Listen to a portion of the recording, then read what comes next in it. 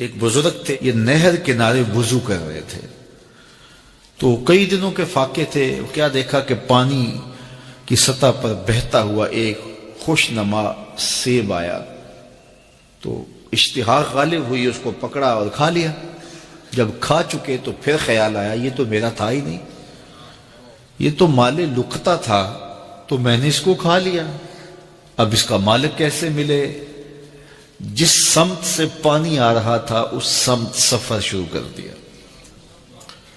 کئی دنوں کی مسافت کے بعد دیکھا کہ ایک باغ ہے جس کی شاخیں اس پانی کی طرف لٹک رہی ہیں، سمجھ گئے کہ یہیں سے گرا ہوگا اور میں نے کھا لیا۔ خیر باغ میں پہنچے، مالک سے ملے، کہا کہ یوں میں نے ایک سیب کھا لیا ہے اور میرا غالب گمان یہ ہے کہ اس باغ کا وہ سیب تھا، تو میں معافی مانگنے آیا ہوں، یا پھر بتائیں کہ اس کا ہرجانہ کیا ہوگا۔ جب مالک باغ نے یہ بات سنی، وہ بھی صاحب نظر تھے، سمجھ گئے یہ تو کوئی در یگانہ ہے، یہ تو کوئی گوہر یکتا ہے، تو تیور بدل لیے، کہا ایسے تو نہیں معافی ملے گی۔ کہا حضرت کیسے ملے گی؟ کہا 12 سال تک میرے باغ کی گوڈی کرنا پڑے گی۔ اللہ اکبر، اور ایک شرط اس کے علاوہ ہوگی۔ کہا ٹھیک ہے، میری غلطی تو معاف ہو جائے گی نا۔ 12 سال تک باغ کی گوڈی کرتے رہے۔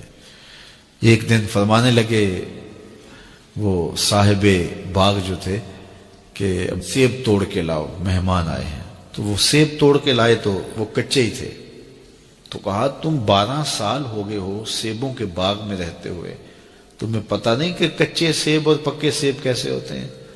کہا حضرت مجھ سے قسم لے لیجئے 12 سال میں ایک دفعہ بھی نظر اٹھا کے سیبوں کی جانب نہیں دیکھا، ایک سیب کھایا تھا، میں تو اس کی سزا بھگت رہا ہوں، میں تو گوڈی کرتا ہوں، اوپر کبھی نظر بھی میں نے نہیں اٹھائی۔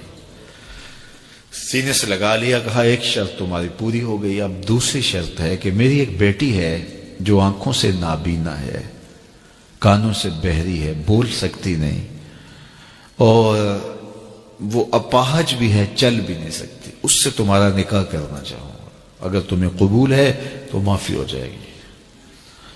کہا ٹھیک ہے جی قبول ہے، میرا گناہ معاف ہو جائے، میں زندگی کاٹ لوں گا، کوئی بات نہیں ہے۔ خیر نکاح ہو گیا۔ کہا کہ یہ کمرہ ہے، یہاں آپ کی زوجہ آپ کی منتظر ہے۔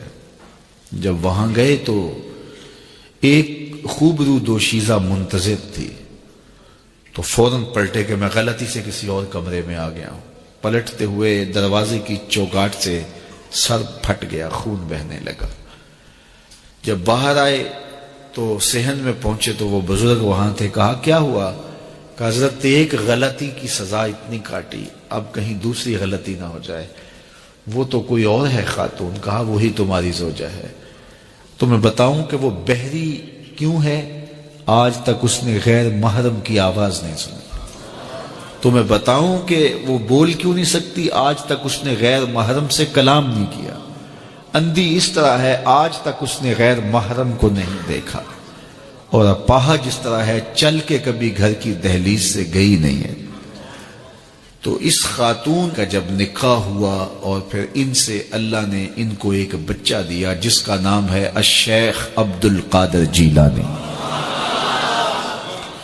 جب ماں باپ اس طرح کے ہوں تو بیٹے اس طرح کے ہی ہوتے ہیں، باپ کا لقمہ پاک، اور ماں اپنی آبرو کی کیسی محافظہ، پھر در یگانہ اور گوہر یکتا جو پیدا ہوتا ہے وہ دین کی احیاء کرنے والا ہے، دین کی مردہ قدروں کو نئی زندگی دینے والا ہے۔ حضرت ملا علی قاری لکھتے ہیں کہ حضور غوث اعظم جب مجلس واعظ کرنے بیٹھتے تو 70 ہزار کا اجتماع آپ کے مجمع میں ہوتا، اور عمومی طور پہ اللہ کی رحمتوں کے حوالے سے بات کرتے، اور جس دن آپ اللہ کے قہر، غضب اور جلال کی بات کرتے کئی جنازے اٹھتے۔ یہ آپ کی گفتگو کے اندر اثر کا رنگ اور شیرینی تھی۔ اللہ اکبر۔ تو باپ دیکھیے کہ رزق کے معاملے میں کتنا محتاط ہے، اور ماں دیکھیے اپنی عصمت کی کتنی حفاظت کرنے والی ہے۔ مائیں بچوں کی تربیت کرتی ہیں، ماؤں کے ذریعے سے پاکیزہ صفت بچے جنم لیتے ہیں۔ تو تو لہٰذا ماؤں کو اچھی تربیت کا حامل ہونا چاہیے تاکہ وہ آگے اچھی تربیت خود کر سکے۔